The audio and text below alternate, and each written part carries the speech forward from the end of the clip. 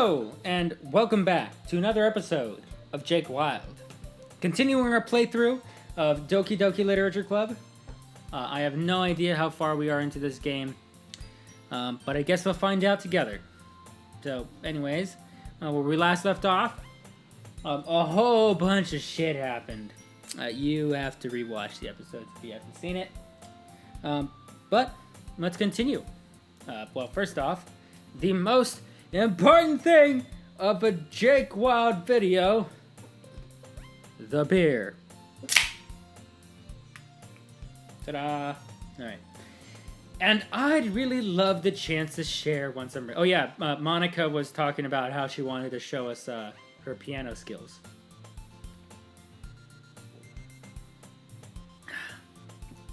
I see. In that case, best of luck. Thanks.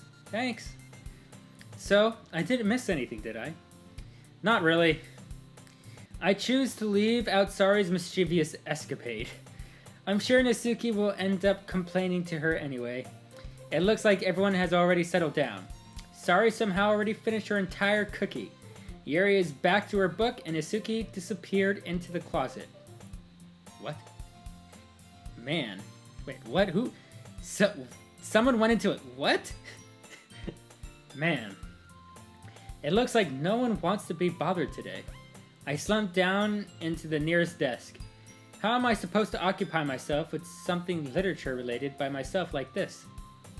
I guess I could always read some of the book Yuri gave me, but I'm feeling a little too tired to read. I could probably fall asleep right now. I close my eyes and end up listening in on Sari's conversation with Monica. We're probably gonna seem really lame compared to all the other clubs though. Well, we can't give up. The festival is our chance to show everyone what literature is all about. The problem is, the idea of literature club sounds too dense and intellectual. Best it's not like that at all, you know? We just need a way of showing that to everyone. Something that speaks to their creative minds. That doesn't solve the problem, though. Yeah, what do you mean? Even if we come up with the most fun thing ever, nobody will come in the first place if it's a literature event. So it's more important to figure out how to get people to show up in the first place, you know? And after they come, we can do the thing to speak to their creative minds. What's this? Sari is taking this really seriously. It's rare to hear her deliberating like this. Huh, that's a good point. In that case, do you think food will do the trick? Food always does the trick. Look at her facial expression. What kind? Well, I guess we could... Cupcakes! Good thinking. Natsuki would love to do that. You're right. Natsuki makes the best cupcakes. That works out perfectly. That wasn't why you suggested it. Cupcakes speak to my creative tummy. Cupcakes it is then. I'm hungry. God damn, you eat them all the fucking time.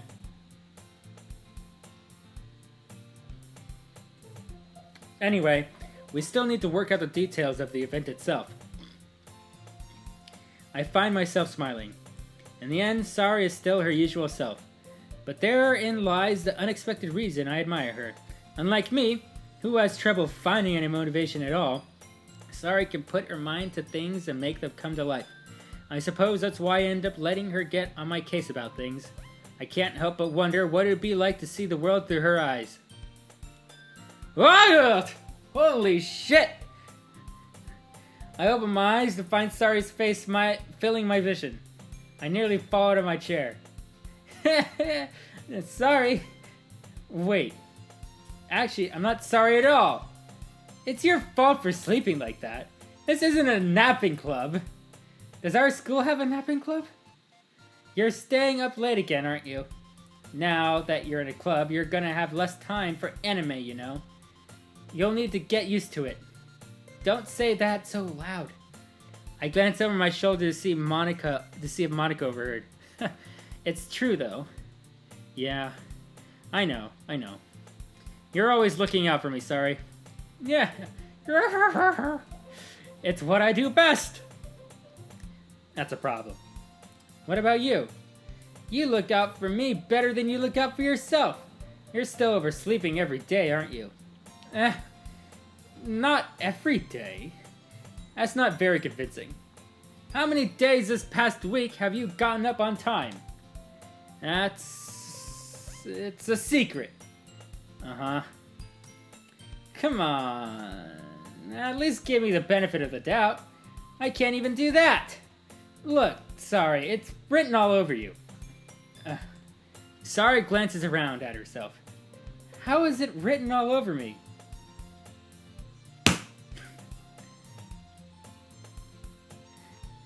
You were clearly in a rush this morning. Look, your hair is sticking out all around here. I run my fingertips down the side of Sari's hair trying to straighten it out. Man, you really need the brush for this. My hair is just really hard to get right. I won't fall for that. There's more than just your hair. Look, your bow isn't straight either. And there's a toothpaste stain on your collar right there. Wait, where? Is it actually in here? No. I try to wipe out the stain with my finger. But nobody would ever notice that. Of course they would. Nobody's gonna tell you about it because they don't want to embarrass you. Fortunately, I really don't care about that. I will embarrass you all the time.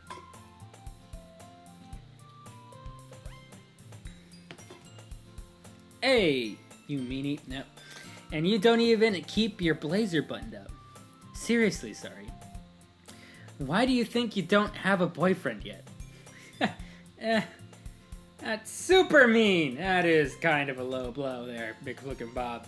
But I'll accept it, because you're McFlookin' Bobbin'. They're funkin'. Sorry, but you'll thank me later. I start to button her blazer from the bottom. Once you see how much better it looks, you'll change your mind. This is so funny. What is it? Well, I was just thinking how weird it is to have a friend who does these kind of things. Don't say that. You'll make me feel weird about it, stupid.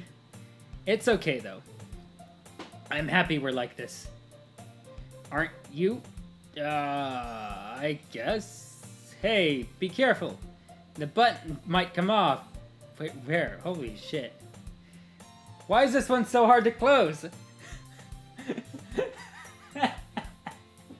Oh my god. Ugh. I struggle to fully close the button near her chest. Does this thing even fit you properly? It did when I bought it. So, if you ever button it, you would have noticed sooner than it doesn't fit you anymore. What are you smiling about? It means my boobs got bigger again. Well, fabulous. Sorry, I'm glad. I'm happy for you. Don't say that out loud. Anyway, you look much better now, so... Why does it feel strange to see Sari's blazer button up like that? But it's so stuffy. It's not worth it at all. That's exactly how I feel about jeans. Okay, I only own one pair of jeans. I wear cargo shorts. Because, like, you can do so much with them. And it's freeing. Sari hastily unbuttoned her blazer once more. Whew. That's so much better. Sari puts her arms out and twirls around. So if I keep it unbuttoned, then I won't get a boyfriend, right? What kind of logic is that? And why are you saying that like it's a good thing? Because if I had a boyfriend, then he wouldn't even let you do things like this. And you take care of me better than anyone else would. Anyway, so that's why I'm keeping it unbuttoned. Stop saying all these embarrassing things, Sari. You're embarrassing me. Stop embarrassing me. I didn't say anything embarrassing. Jeez. Well, anyway, just focus on trying to wake up a little earlier. Only if you focus on going to bed earlier. Fine, fine. It's a deal. Yay! I guess we really are better at taking care of each other than we are taking care of ourselves. Yeah, I guess so, huh? So maybe you should come wake me up in the morning. You're doing it again, sorry. But I was joking that time. Man, it's impossible to tell with you sometimes. Okay, everyone! Monica suddenly calls out. Why don't we share the poems we wrote now? Yay! McFlip and Bob, I can't wait to read yours! Yeah, same. I failed to sound enthusiastic, but Sari still trots away to retrieve her poem. Who should I show my poem to first? Let's go with, Monica. Nah, Nasuki. Well, it's not really any worse than your last one, but I can't really say it's any better either. Whew. Huh? Phew, what? Oh, well, anything that isn't a train wreck, I'll take as a win. And I get the feeling you're probably the most critical. Hey, what makes you... Wait, maybe that was a compliment? Aha! Glad to see someone recognizes my experience. Well, then keep practicing and maybe you'll be as good as me someday. That's, something tells me Nasuki completely missed the point. Come to think of it, this kind of reminds me of Sari's poem from yesterday. You think so? Yeah, well, I guess if you've been friends with her for so long, you might be on the same wavelength. But you're never really struck me as her type. Sari as a type all of a sudden? Well, I don't know, but honestly, how can someone so... fluffy spend so much time with someone like you? What is that supposed to mean? Who am I?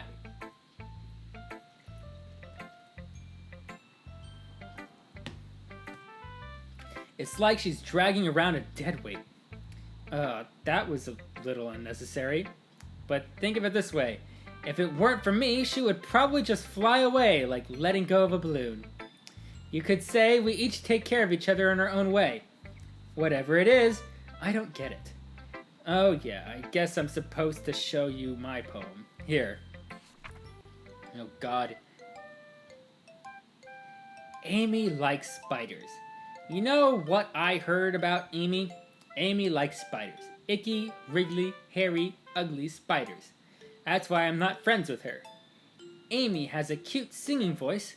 I heard her singing my favorite love song. Every time she sang the chorus, my heart would pound to the rhythm of words.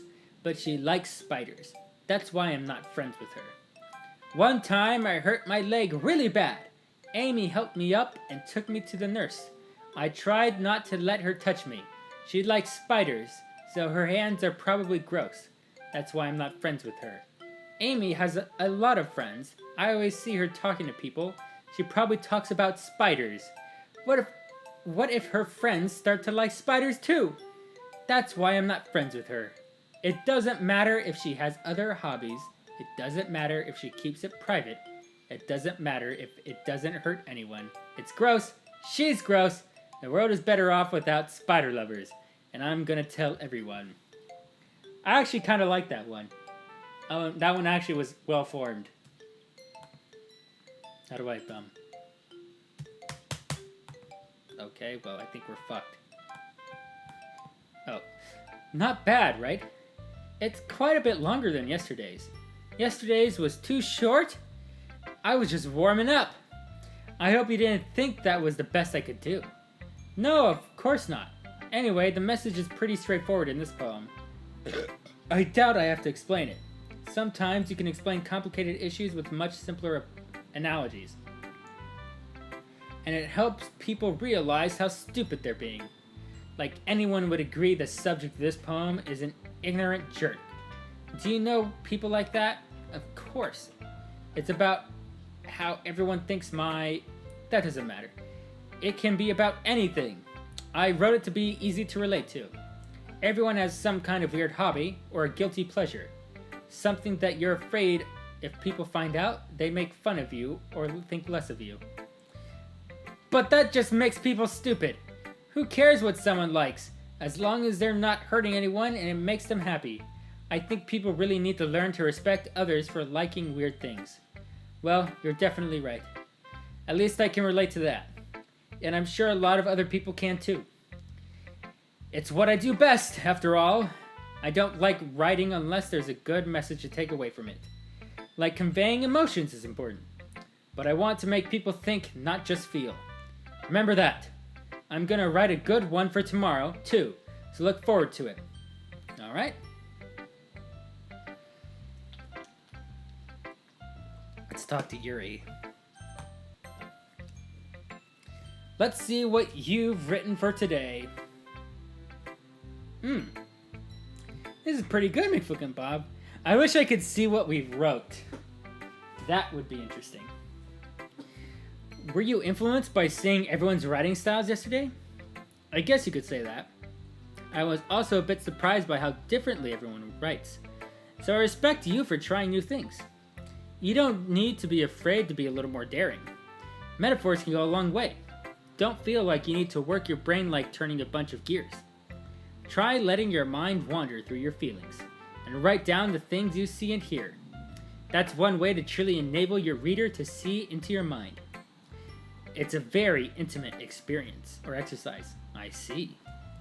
That's certainly interesting technique. Thanks for sharing. I have, an example of that if you'd like to read it. Of course! Is this the poem you wrote for today? Yuri nods and timidly hands me her poem. Oh, here is that cursive again. Drink some more beer.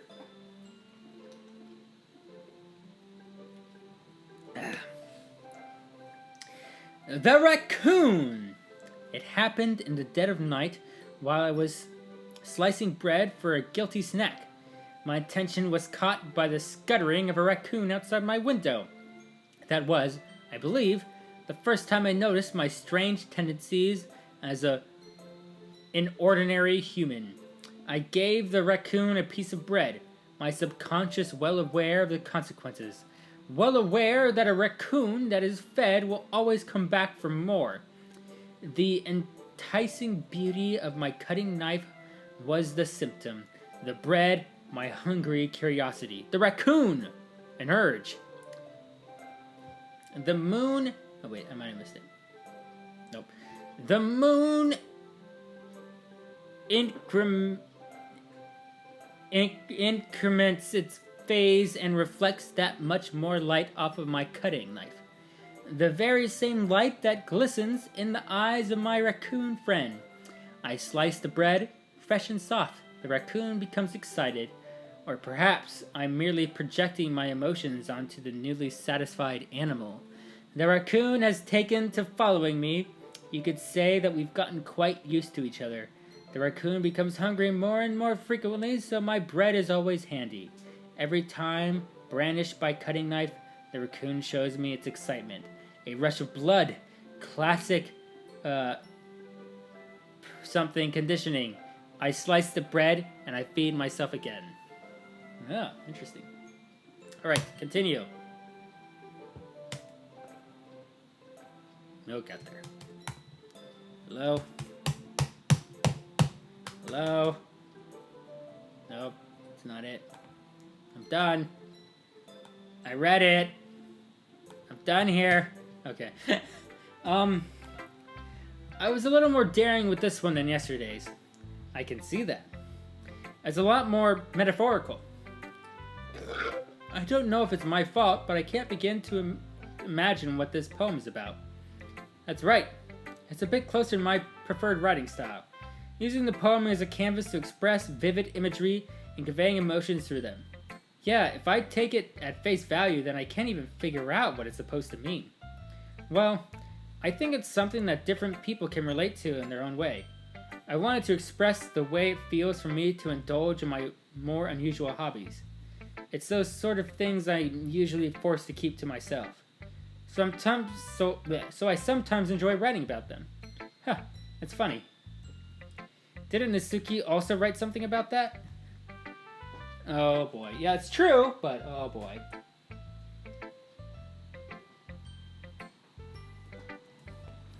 About someone being ridiculed for strange interests? Yeah. She did? Yeah. She was talking about how it doesn't matter what you're into, as long as you're not hurting anybody. She's right. I mean, does she really feel that way? Yeah. Sounds like you two have that in common. Well, that's interesting. To me, she seemed like the kind of person who would make fun of my hobbies. But I suppose that's my fault for judging, isn't it? Please don't tell her I said that. Don't worry. I have no reason to. Okay. Well, thank you for sharing it with me. After all, if I hadn't learned to embrace my own weirdness, I would probably hate myself. Right? I might be ranting a little bit now. But I'm glad that you're a good listener. Alrighty, let's talk to Monica. Hi, Ken McFlickin' Bob. Hey, how's the writing going? Words. Alright, I guess. I'll take that. As long as it's not going bad. I'm happy that you're applying yourself. Maybe soon you'll come up with a masterpiece. I wouldn't count on that. You never know. Want to share what you wrote for today? Sure. Here you go. I give my poem to Monica.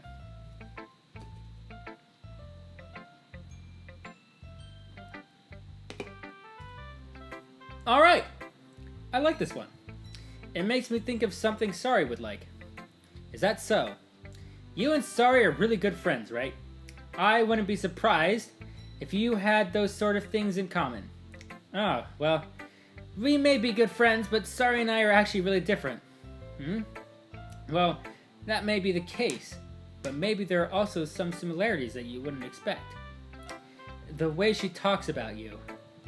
It sounds like the two of you really care about each other's well-being. Even if you showed in different ways, it ends up being more similar than you think. So I think that's the kind of vibe I get when reading your poem. You sure you're not reading into this too much? I could be. Oh gosh, I sound like Yuri. But in any case, Sari's writing has kind of a gentle feel to it. I can't tell that she's like exploring with emotions like happiness and sadness. Who knew that someone so happy would enjoy sad things too? Yeah, that's totally unexpected. Well, to each their own. And you shouldn't be afraid to experiment a little bit either. But anyway, you want to read my poem now? I like the way this one turned out, so I hope you do too. Alright, let's take a look. Save me. The colors, they won't stop. Bright, beautiful colors, flashing, expanding, piercing. Red, green, blue, an endless cacophony of meaningless noise. The noise that won't stop. Violent grating, waveforms, squeaking, screeching, piercing, shine, cosine, tangent. Like playing a chalkboard on a turntable. Like playing a vinyl on a pizza crust. An endless poem of meaningless. Well, that one's actually pretty good. It's even more abstract than your last one, huh? I guess it's just the way I write. I'm sorry if you don't like it. No, I've never said that. It's just kind of thing I've never really seen before, I guess. I kind of like playing with my space on the paper. Choosing where and how to space your words can totally change the mood of the poem. It's almost like magic. The way I wrote the lines really short makes it feel like they're trying to speak over the noise. I see. It's still hard for me to tell what it's about, though. Sometimes asking what a poem is about isn't the right question. A poem can be an abstract as physical expression of feeling, or a conversation with the reader. So putting it that way, not every poem is about something. Anyway, here's Monica's writing tip of the day. Oh boy, what do you got for us? Sometimes you'll find yourself facing a difficult decision. When that happens, don't forget to save your game. Yeah. You never know when you might change your mind, or when something unexpected might happen. Wait, is this tip even about writing? What am I even talking about? Who the fuck knows, but I found it hilarious.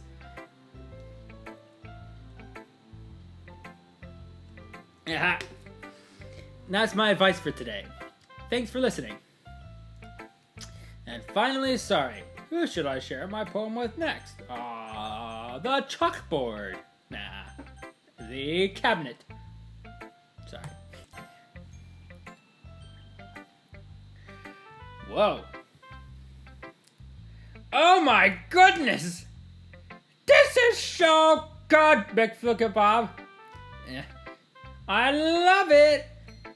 Especially after yesterday's poem. You're too honest sometimes, sorry. No, but really, I want to put this on my wall. Can I?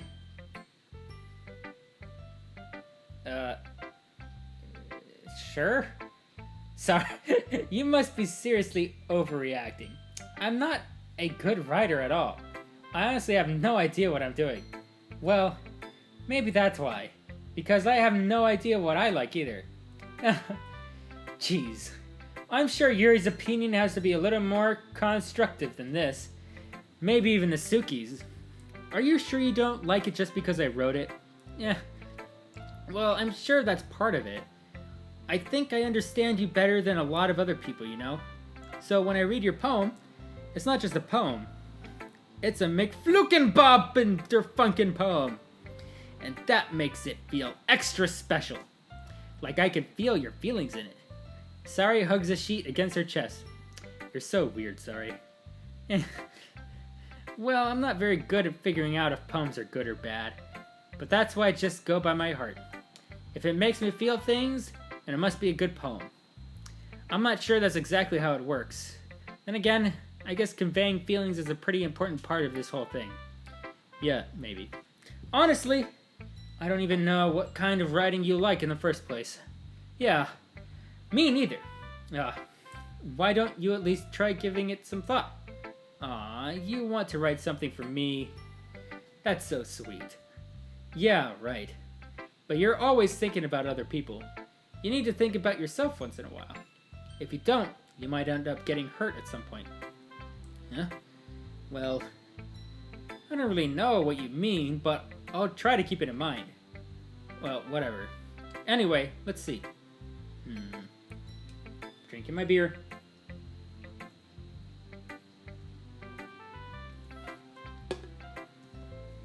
I guess I like happy poems.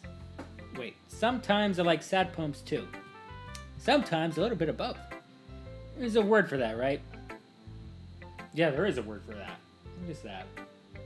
It's not bipolar. Bipolar is the changing of a... Is it bipolar? What's the word I'm looking for? Bittersweet. Okay. No, is it bittersweet? I don't know. I like things that are happy and things that are sad. Happy and sad? I can't see you liking something sad, sorry. Well, I like happy the most. But sometimes when you have a little rain cloud in your head, a sad poem can help give the rain cloud a little hug. Sorry, you're fucking adorable. And make a nice happy rainbow. Sorry, that's unexpectedly poetic. Is it? Maybe I'm getting better at expressing my feelings after all. Thanks, McFlookin' Bob.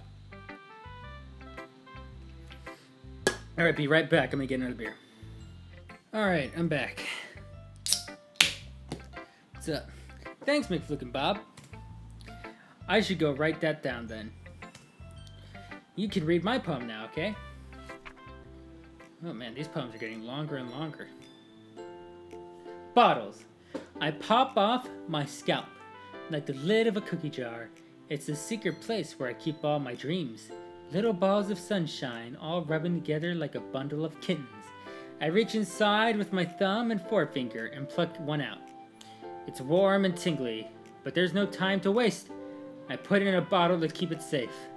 And I put the bottle on the shelf with all the other bottles. Happy thoughts, happy thoughts, happy thoughts, and bottles. All in a row.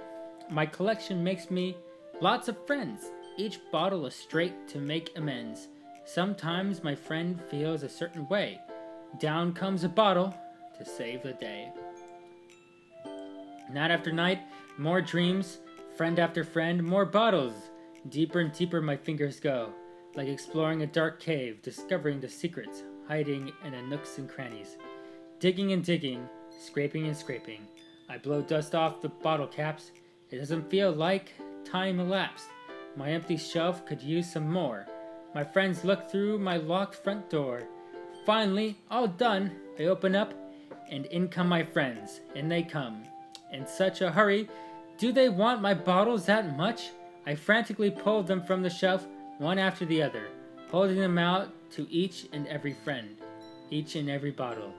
But every time I let one go, it shatters against the tile between my feet. Happy thoughts, happy thoughts, happy thoughts, in shards all over the floor. They were supposed to be for my friends who aren't smiling.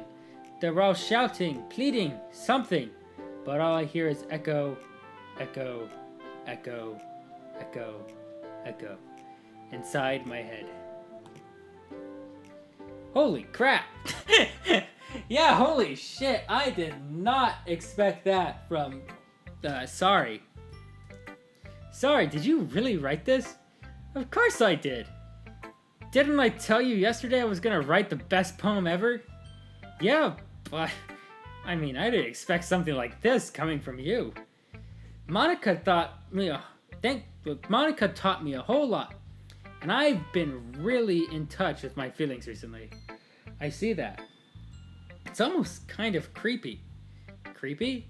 Well, not exactly. Maybe because I'm so used to you being cheerful. Well, never mind. I'm thinking too hard about it. The point is, it came out good, so you should be proud of it. Aw, thanks. I feel like I was meant to express myself this way. It even helps me understand my own feelings a little bit better.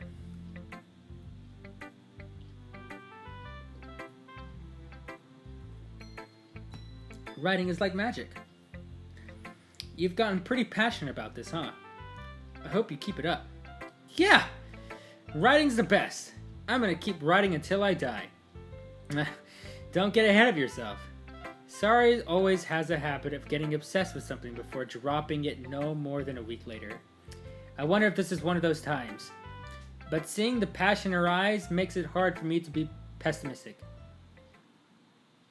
Okay, everyone. We're all done reading each other's poems, right? I have something extra planned today, so if everyone could come sit at the front of the room. Is this about the festival? Well, sort of. Do we really have to do something for the festival? It's not like we can put together anything good in just a few days. We'll just end up embarrassing ourselves instead of getting any new members. That's a concern of mine as well. I don't really do well with last-minute preparations. Don't worry so much. We're going to keep it up, but we won't need much more than a few decorations. Sari has been working on posters, and I've designed some pamphlets we can give out during the event. Okay, that's great and all, but that doesn't tell us what we're actually going to be doing for the event. Sorry, I thought you heard about it already. We're going to be performing. Oh god. Performing? Monica? Yeah, we're going to be having a poetry performance. Each of us is going to choose a poem to recite during the event. But the cool part is, we're going to let anyone else come up and recite poems too. Sari's putting it on and all the posters in case anyone wants to prepare ahead of time. Hey! Sari, who's been coloring a poster, holds it up for us to see. Are you kidding me, Monica? You didn't already start putting these posters up, did you? Well, I did. Do you really think it's that bad of an idea? Well, no. It's not a bad idea. But I didn't sign up for this, you know? There's no way I'm going to be performing in front of a group of people like that. I agree with Nasuki. I could never in my life do something like that. Well, you obviously have not drunk a fuck ton of beer enough to do it. Just drink beer and you'll get over it. Like some people. Imagining it, Yuri shakes her head in fear. Guys! Nope, sorry. I understand where they're coming from. Remember that Nasuki and Yuri have never shared their poems with anyone until just a couple days ago. It's a lot to ask for them to recite their poems out loud to a whole room full of people. I guess I kind of overlooked that. So, I'm sorry. But, I still think we should give it our best. We're the only ones responsible for the fate of this club. If we start the event and each put on a good performance, then it will inspire others to do the same. And the more people who perform, the better we'll be able to show everyone what literature is all about. Yeah! It's about expressing your feelings, being intimate with yourself, finding new horizons, and having fun. That's right. And it's those reasons that we're all in this club today. Don't you want to share with others? To inspire them to find the same feelings that brought you here in the first place? I know you do. I know we all do. And if all it takes is standing in front of a room for 2 minutes and reciting a poem, then I know you can do it. Oh man. Natsuki and Yuri remain silent. Sari looks worried. I guess that leaves me no choice. I agree. I don't think it's too much to ask. I think that Sari and Monika have been trying really hard to get new members. The least we can do is help them out a little bit. Well, maybe, but... It looks like Natsuki doesn't have any arguments left. Ugh. Okay, fine. I guess I'll just have to get it over with. Alright! Whew! Thanks, Natsuki. What about you, Yuri? Yuri dejectedly glances around at everyone else's expectant faces. I guess I don't really have a choice. That's everyone! Yuri, you're the best. This club is seriously going to be the death of me. Oh gosh. You'll be fine, Yuri. But anyway, let's move on to the main event. I want each of you to choose a poem of yours. We're going to practice reciting them in front of each other. No way! Monika? This is too sudden. Well, if you can't recite your poem in front of the club, how do you expect to do it in front of strangers? Oh, no. Don't worry. I'll start off to help everyone feel a little more comfortable. Can I go next? Of course. Now let's see. Monika flips through her notebook to the specific poem she has in mind for herself. She then stands behind the podium. The title of this poem is The Way They Fly. Monika begins reciting her poem. Her clear, confident voice fills the room. More than that, her inflection is pristine.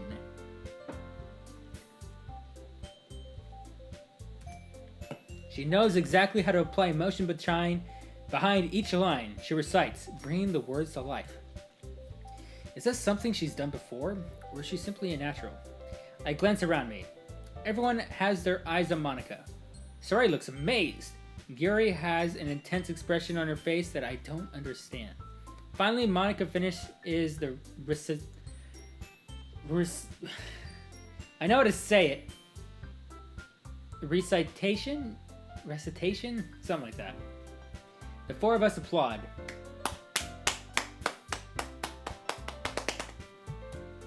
Monika takes a breath and smiles. That was so good, Monika. Thank you very much. I was just hoping to set a good example.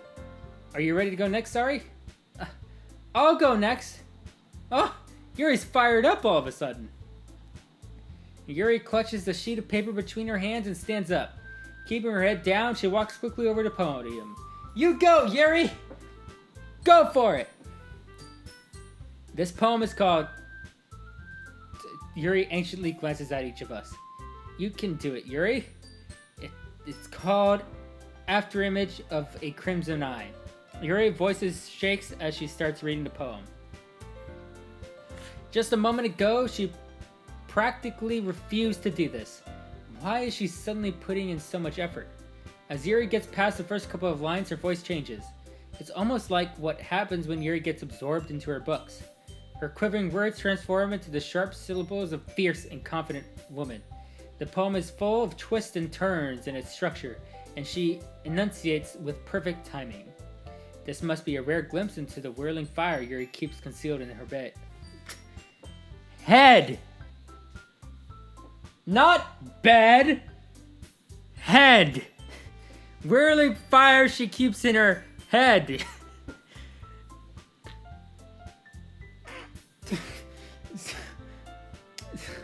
I'm 5 beers in, guys. Give me a fucking break. Suddenly, she's finished. Everyone is stunned. Yuri snaps back into reality and glances around her as if she's bewildered even herself. It's up to me to save this situation. I'm the first to start applauding.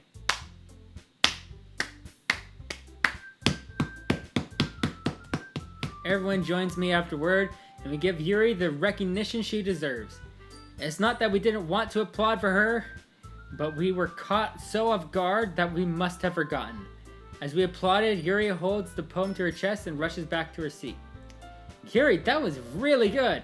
Thank you for sharing. Looks like Yuri is down for the count. Okay, I guess I'm next then. Sari hops out of her chair and cheerfully walks to the podium.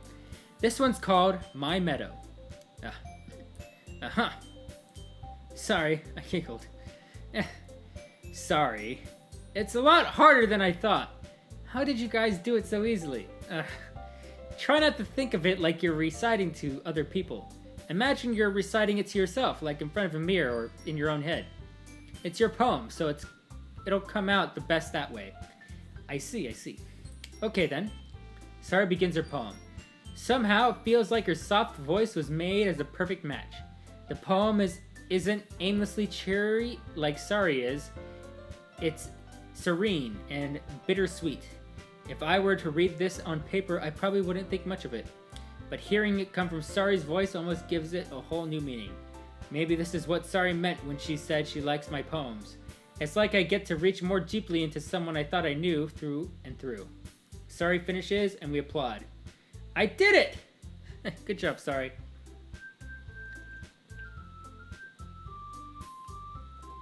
Good job.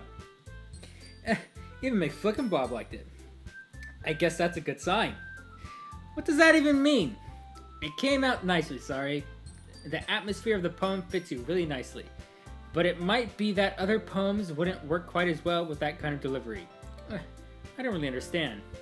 In other words, I've seen poems of yours where that sort of gentle delivery wouldn't work as well. They might need a little more force behind them depending on what you're reading.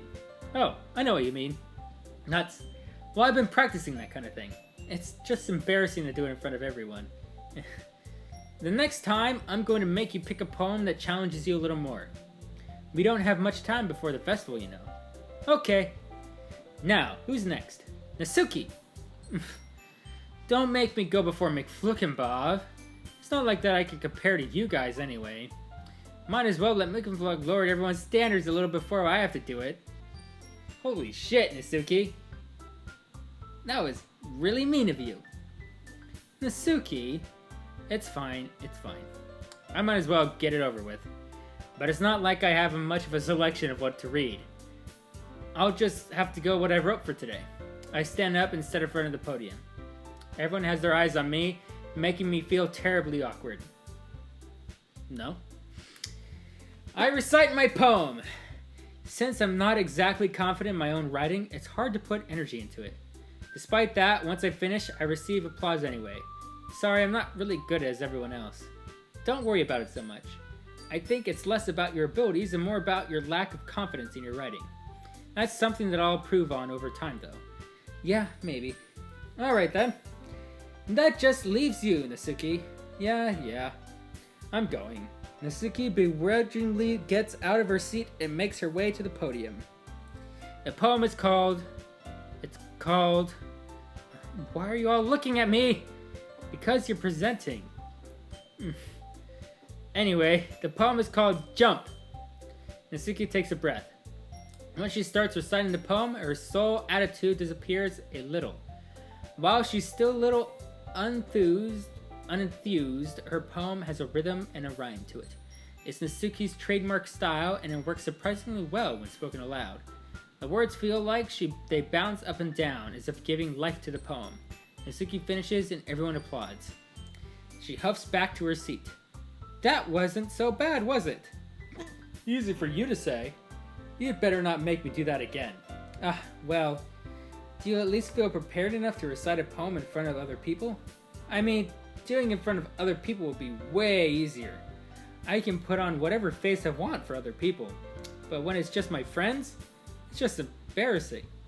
That's a surprise, Natsuki. I think it would be the other way around for me.